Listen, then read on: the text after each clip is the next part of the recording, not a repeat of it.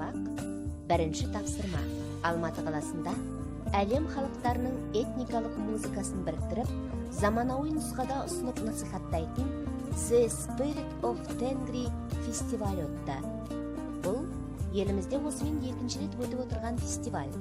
Осы жолы фестивальді отандық Роксанаки тобы мен Алдаспан тобы ашты. Аталған екі топ бірігіп, интро орындады да, одан кейін жеке-жеке бақсының шақыруымен жол әнін орындап шықты.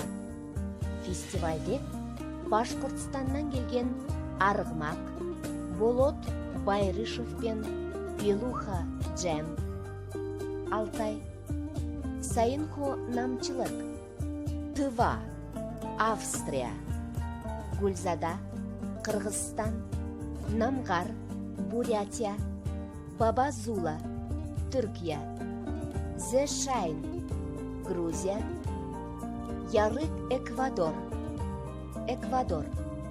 Радик Тюлуш, Тыва, Шарапат, Қазақстан, Чылтыз, Таулы Шория секілді орындаушылар өнер көрсетті.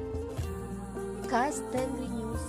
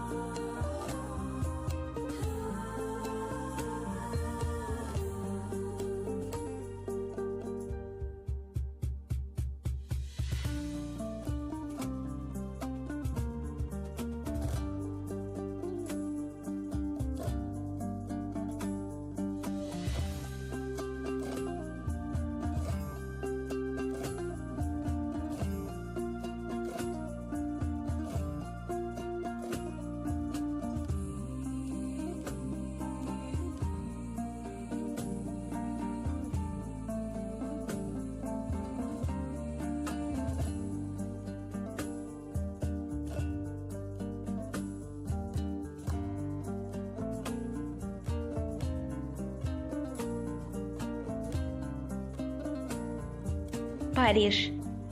Ұлттық домбыра күні қарсаңында Қазақстанның Франциядағы елшілігі Қорқыт қазақ мәдениет орталығымен бірлесіп концерт ұйымдастырды.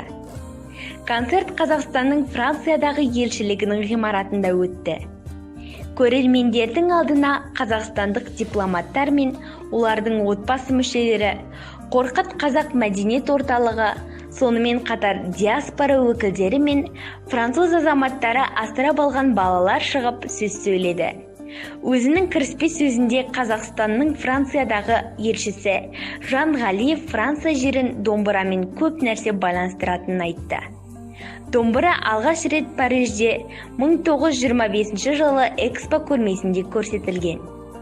Қазақ музыка өнерінің майталманы Әміре Қашаубаев ойнаған домбыраның күмбірлеген дауысына тәнті болған француздар ол туралы бұқаралық ақпараттар құралдарына жазды, деді дипломат. 2014 жылы ЮНЕСКО-ның штаб пәтерінде қазақтың домбырада күй тарту дәстүрі адамзаттың мәдени мұрасының тізіміне енді. Жан Ғалиев ұлттық домбыра күніне орай Қазақстанның елшілігінде қазақ тілін және ұлттық аспаптарда ойнауды үйренем деушілерге арнайы орталық ашылғандығын айтты. Концерттік бағдарламаны Қазақ мәдениеті орталығының жас тәлімгері Майл де Камп ашып, фортепианода Абайдың Көзімнің қарасы әнін орындады. Домбырашылар онда Әбдімомын Желдібаевтың Ерке сылқым, Құрманғазының Адай, Сәкен Тұрысбековтың Көңіл толқына және композитор Әлшекей Бектібайұлының Тепен көгі сияқты туындыларын орындады.